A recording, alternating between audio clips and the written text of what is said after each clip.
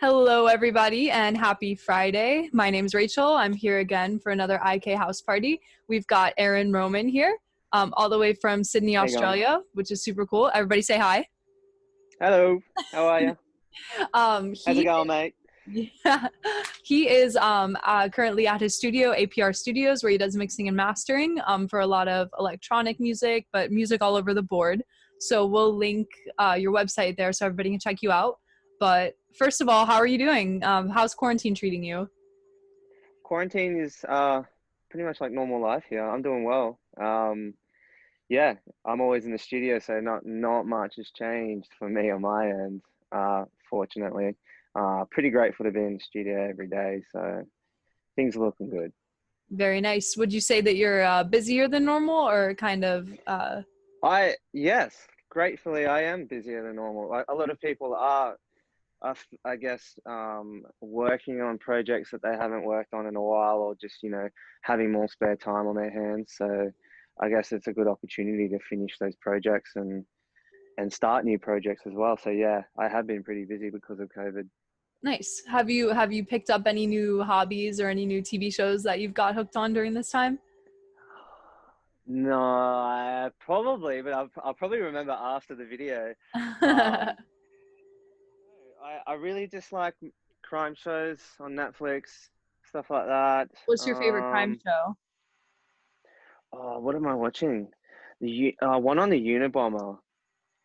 Interesting. Have you? Yeah, I just started it, but it's really interesting. It's about this really clever dude, that mathematician that's ended up becoming a terrorist and the FBI's most wanted terrorist for a long time. And so yeah, I'm really interested to finish that.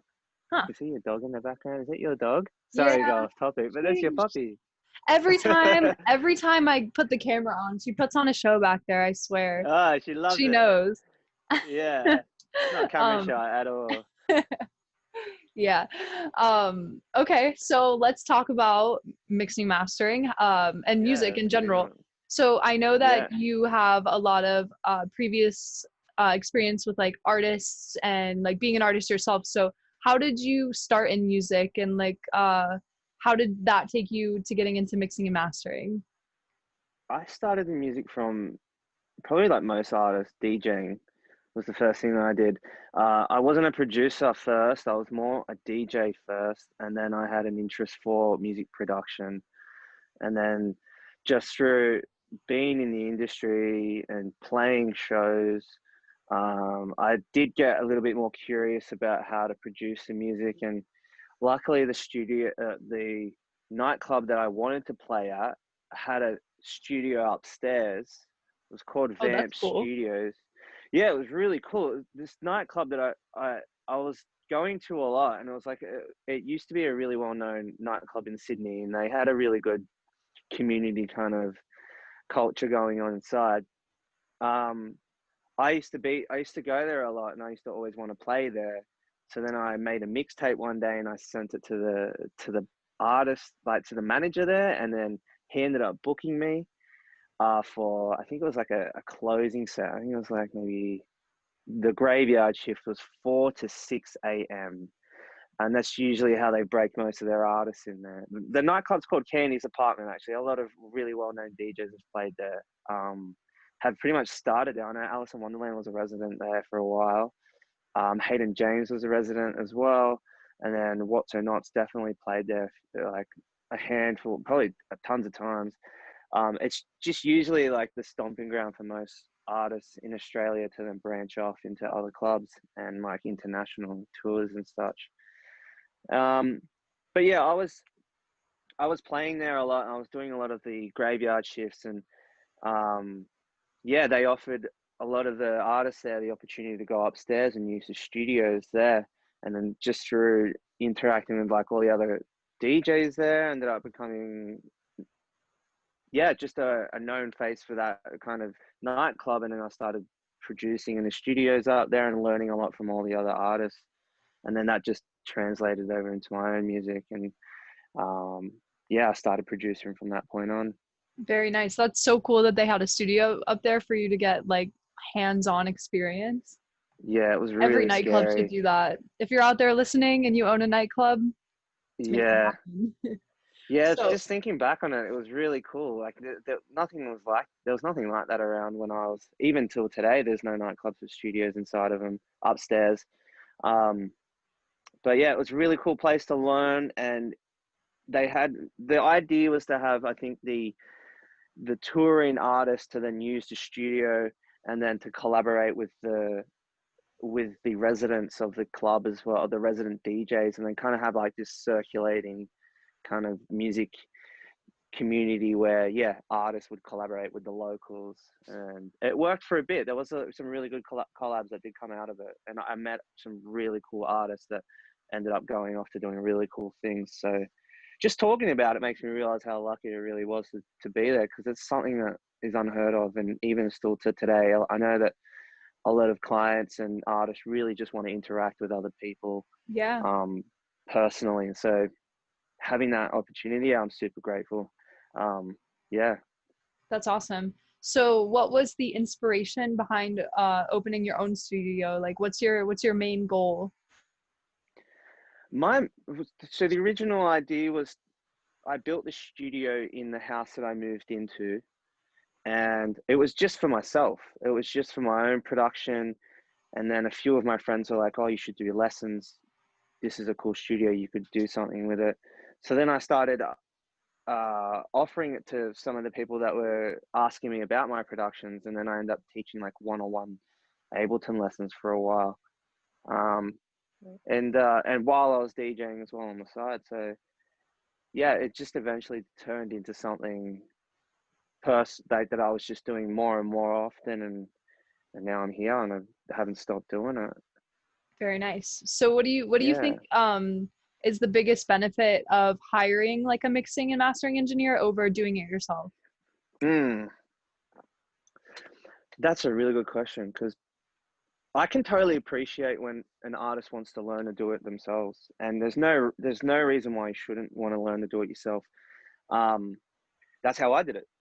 Uh, I probably was more stubborn than all my clients. Like a lot of the people that I interact with, obviously it's a commitment to put money down and time and work with another engineer like myself, and I can totally respect that you want to learn and do it yourself. I feel like I preach it a lot that if the biggest benefit of working with an engineer professionally and actually paying someone might not be that the end result is exactly what you need and the song is something that blows up and you become the next thing.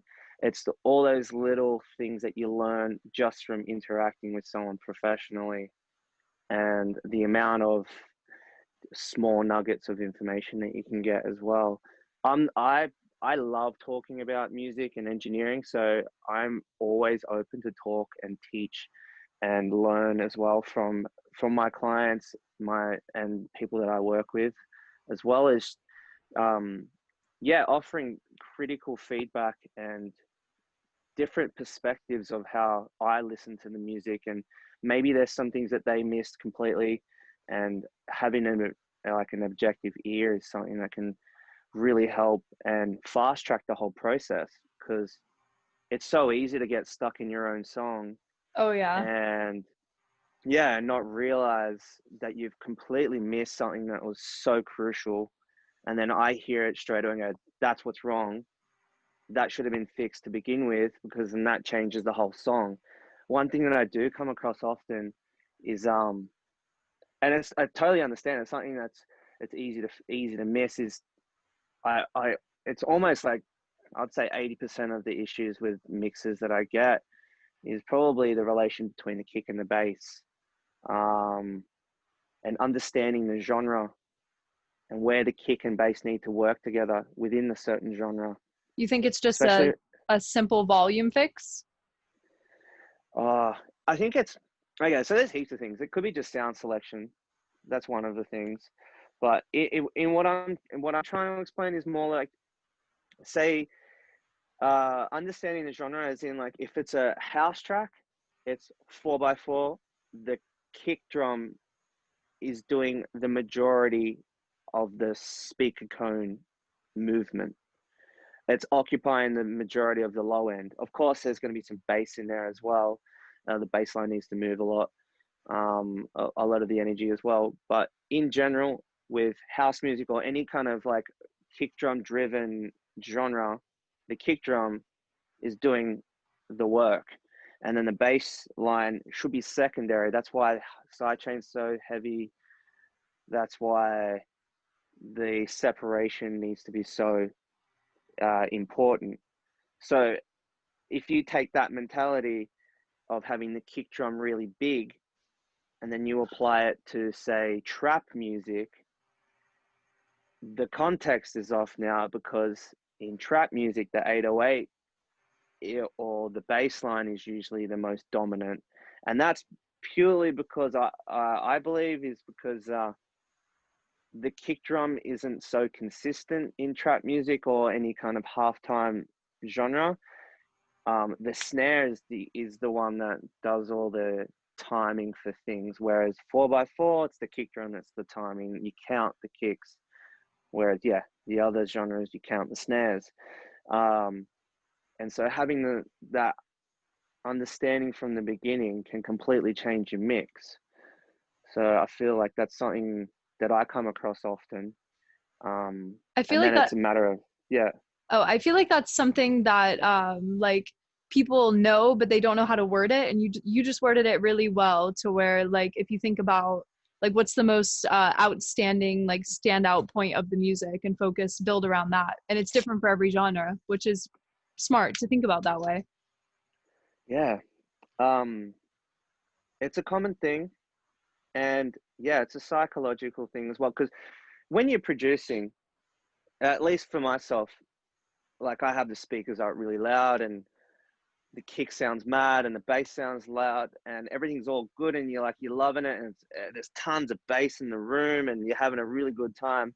That's all sweet, but then when it comes time for mixing, or even further down the line when you start to master your songs, you've set yourself up in a way that you can only achieve a certain type of master because you've completely neglected how important the kick and bass relationship is. So that's something that I mentally have prepared myself. I have like mental checklist of stages where I'm writing a song to be like, okay, I'm having fun right now. I'm not thinking too much. I'm not being too technical. I'm just throwing ideas down. And then once the idea is done, then I'm like, okay, I have to start thinking more technically now. I have to start making critical changes, and I have to start sacrificing things from the mix to where I originally was having fun. I'd say the whole process is fun, but more just, and being analytical, one I, point I feel to like the it's next two point. different parts of the brain. Yeah, that's right. You have to exercise switching off and understanding, okay, that needs to be sacrificed. I mean, and that's totally cool too. Like I work with clients that don't want to have that. They don't even want to put themselves in that position. And I totally respect it, because clients just, I mean, producers just want to have fun and just write the music. And that's where I step in, because then I can say, hey, no, I'll cut that out. I'll fix that up. Um, and then I can fast track the process for them as well. And so they can just focus on being producers and creative. And then I can focus on being the engineering analytical person. Very nice. So what would be your number one mastering tip for someone out there that's like looking to do it all themselves? That's primarily an artist, but looking to master. Yeah. Mastering is, I think everyone should learn how to master, regardless of whether or not you're going to use someone else to master it. I think the tip would be to have the mix reference. That's probably the best tip. Reference an artist within the same genre, and if you can, in the same key of your song, using maybe a LUFS meter, and see how loud their song is, and then compare and see how loud you can push your song before it starts to crumble. Um, and that's basically just using a limiter with really aggressive settings, and then just slamming it until you can sort of achieve the same loudness as your reference. And then if it doesn't achieve the same loudness, you'll definitely hear wear in the mix that's starting to crumble. So then you can go back into the mix, fix it, and it's like a backwards and forward trial and error thing until you can almost achieve the same loudness as your reference track. And then from that point, then you can scale back the slamming on the limiter and then focus on coloring the track before the limiter. And that's basically mastering in a nutshell. Okay. So I Yeah. heard you mention loudness. Like, what is your thought on the loudness war? That's like very, very prominent in electronic music. Like, what do you think about that? So I generally have some targets that I go for, and it really depends on the reference of the song, what the artist is doing with the song, and the type of song it is as well, and the limitation of the song. So there's if I can't get a master to like a particular loudness, I'll be like, okay, I'll draw the line. I do it to the best of my ability, and that's just where it's going to be. Like I'm not going to be able to push it anymore because I'm not actually going to ruin the song if I push it any further. But then there's clients that I know that will be playing their songs out live, so I'll master that loud. I generally really like loud masters. I think something around it really depends on genres as well. I know some genres, their standards can be up to -3.4 LUFS, and then it goes all the way down to maybe -7 LUFS in different genres. Um, I feel like Loudness War, in my opinion, has a lot to do with genres because I've seen people talk about loudness wars, but then they're talking about country music or something that's completely out of my realm of music. In EDM in general, I feel like there's very few loudness wars in there because everyone's trying to achieve a really loud song, just naturally through the type of music that we're making. It's aggressive music, most of the stuff that I work on. It's meant to be slammed. It's meant to have that squash sound. It's meant to have that characteristic of the limiter doing a lot of distortion to it. I mean, and that's dependent on the genre. And so that's the genre that I mostly work with. So the loudness war isn't so much an issue for me. It's more about how much bass I can put inside of a song, how much bass can I keep inside of the song, and then how loud can I get it while maintaining that amount of bass in there. So I think that's my biggest challenge, Okay. rather than the actual loudness wall. Okay. I see your gear in the back. I want to ask, do you use any outboard gear to master? No, I don't actually. I'm all in the box. And the outboard gear that I have here is for recording vocals. So I occasionally have vocalists come in here and we do vocal production and recordings, and I produce and mix and master as well for the vocalist.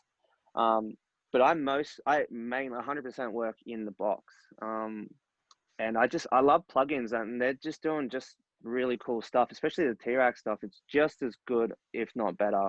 And the biggest thing that I like about plugins is the recall, because you know I want to be able to pull up sessions and make adjustments if a client needs it, and just firing up all Little the tweak. outboard and just having to redo all like recall all the outboard stuff would just be a nightmare for me. So That makes sense. I totally use plugins to the max. So you mentioned T-Rex. We'll talk about that in a second. Yeah, But what are your favorite tools for in the box mastering? What would be like your top three mixing and mastering? yeah.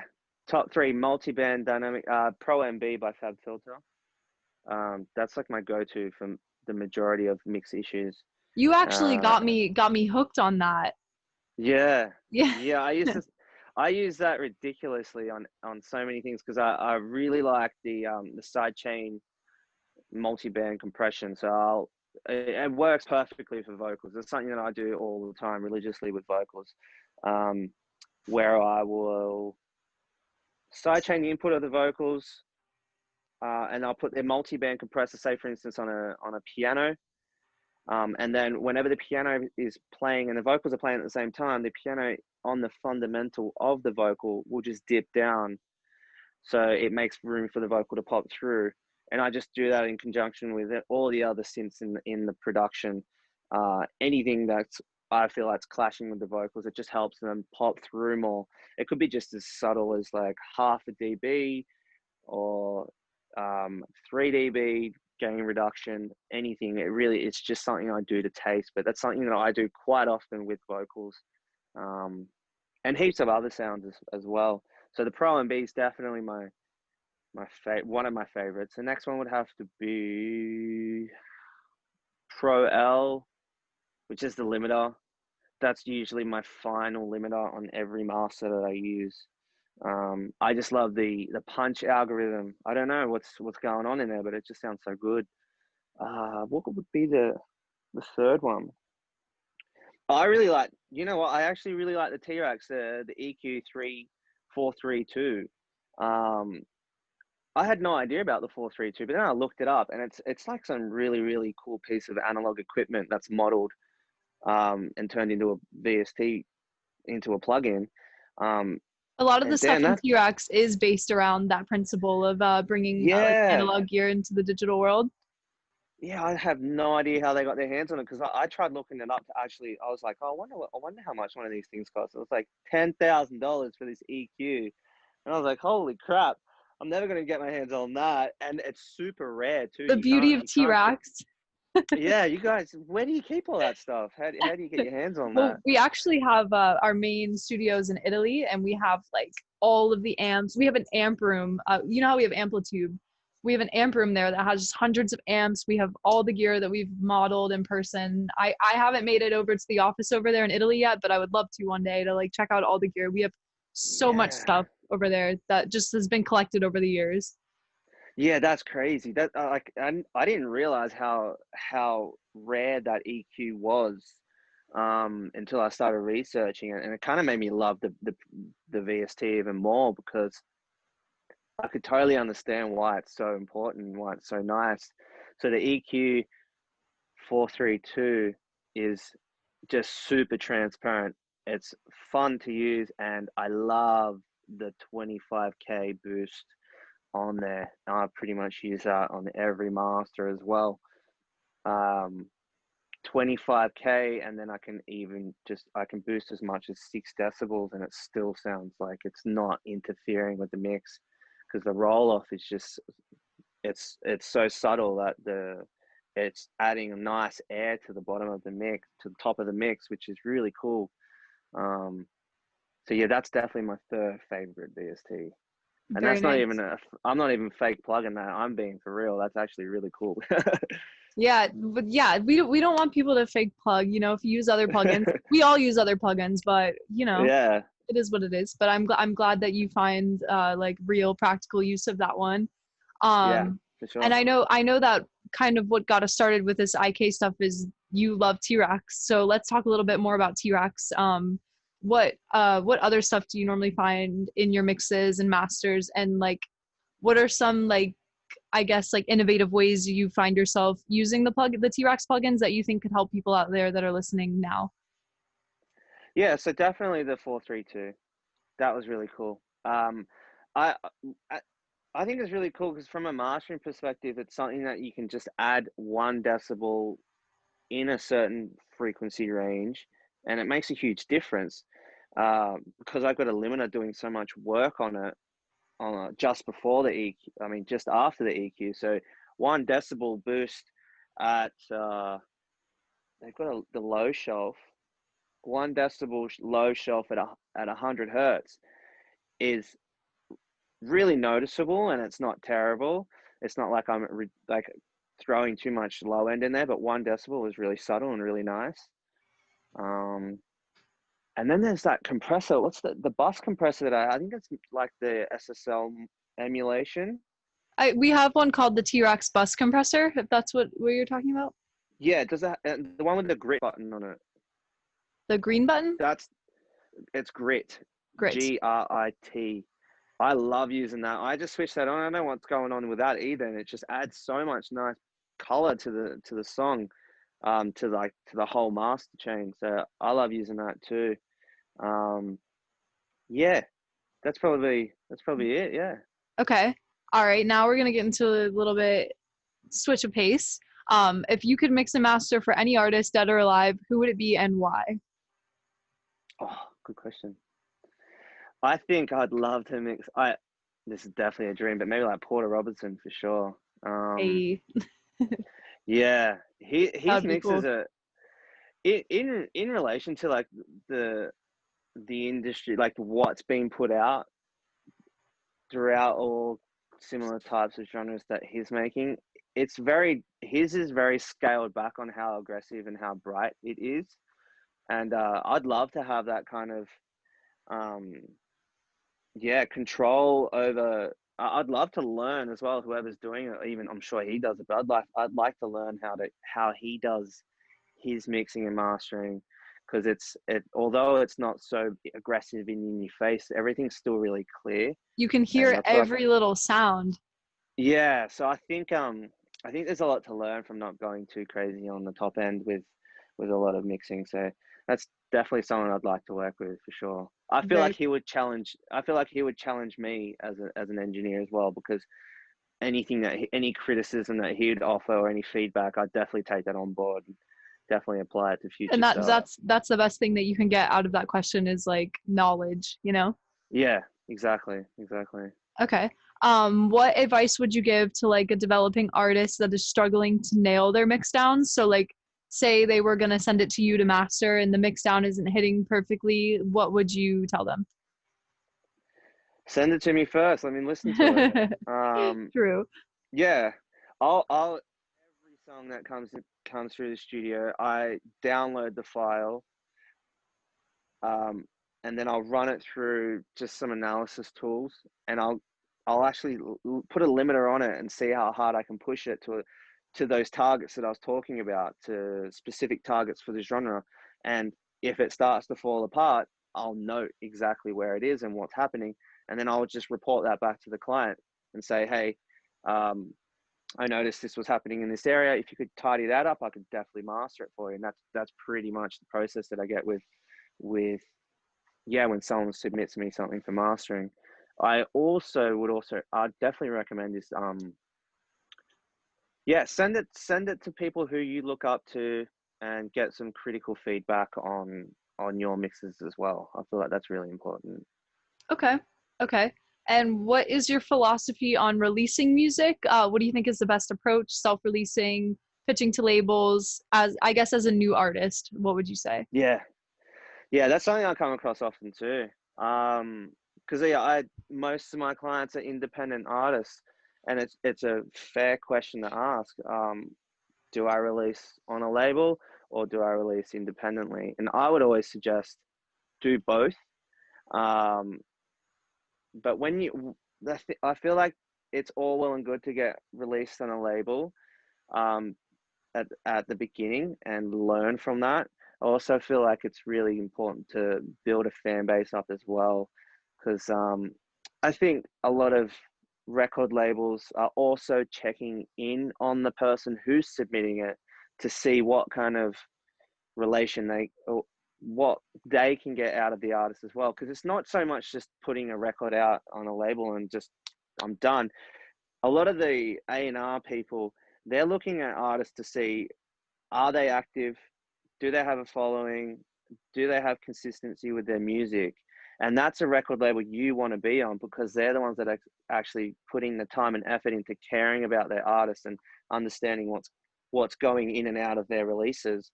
So if you want to get on a good label, those labels are definitely checking off those things in their checklist before they sign anyone. And without that leverage, without having a fan base or any of that, no matter how good your song is, it's quite rare that they're going to pick it up, because there's no relationship. There's no leverage for them There's no like to tap. statistical benefit, I guess you could say. Exactly. Like labels, yes, their goal is just to put out amazing music. That's totally true. But at the end of the day, if there's no attention on their song when they release it because the artist doesn't have a fan base, that's something that they're going to consider as well. So you need to consider whether or not yeah, I think that's good. That's a good point. You just don't want to you don't want to be let down when you get rejected because you don't have a fan base. So work on the fan base, put out songs independently, use fan gates to then attract and retain fans, and then just keep building off that. Just keep repeating, release, retain fans, and repeat. That's the process. You just keep doing it, releasing, retain, and then eventually you'll have your whole fan base. And then with that, you have currency to then move into the record label side of things. That's one way of doing it. I'm not saying that's the only way. Definitely, you can start getting your name out there from remixing artists through record releases as well that they do on record labels. So you could be the feature remixer for it. That's definitely one avenue of doing it. And then collaborating with artists as well. So it's pretty often, I'd say quite often, where an up and coming artist collaborates with an established artist, and with the power of the two of them, then they can release on the record label. So Yeah, that's another way of doing it as well. So that's a nice little jump start to kind of just naturally take on the artist that you're collaborating with. You can take on their fan base as well as a record fan base, and then you can funnel that into your fan base as well. So that's another way. And yeah, definitely releasing independently is super beneficial. For starters, you get % of the royalties, and you get full control over the analytics side, like the analytical side of things that's happening behind the scenes, so you can understand the data and hopefully learn from that. Yeah, so there's a huge benefit of doing that. I think a combination of all those things is something that's really important. Not just doing record labels and not just doing independent.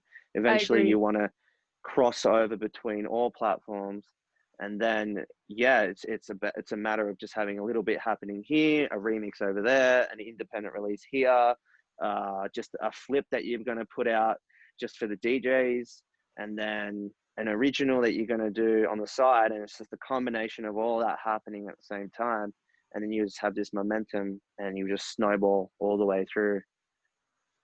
Very nice. That's really good advice. Okay, so just a few more questions. What is your proudest moment in music thus far? My proudest moment, I feel like personally, is having people want to work with me.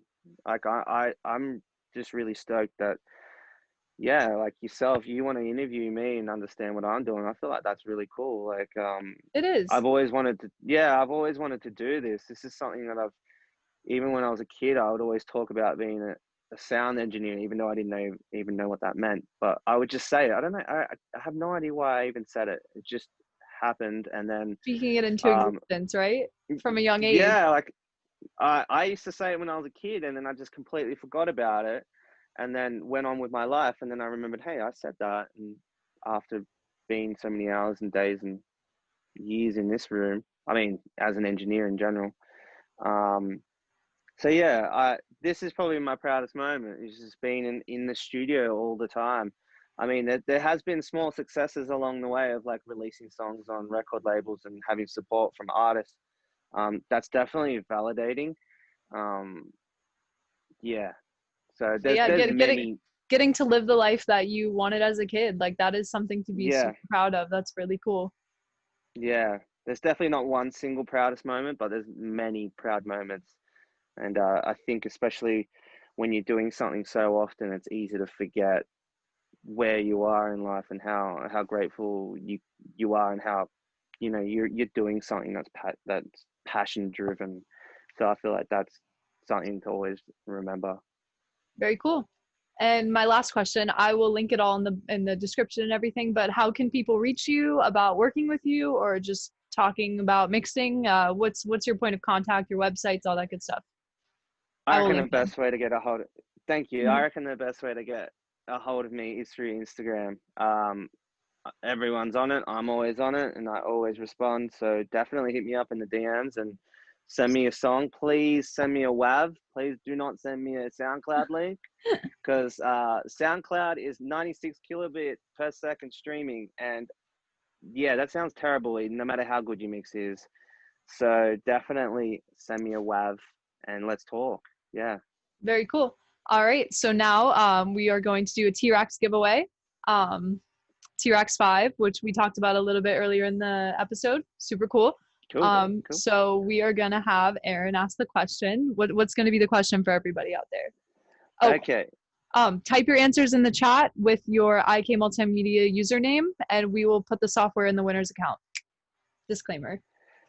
Yeah, that's a really good giveaway, by the way. Like, I've got that pack, and that's really cool. So you guys are very generous. That's really sick. I think the question will be, who knows what my first artist alias name was?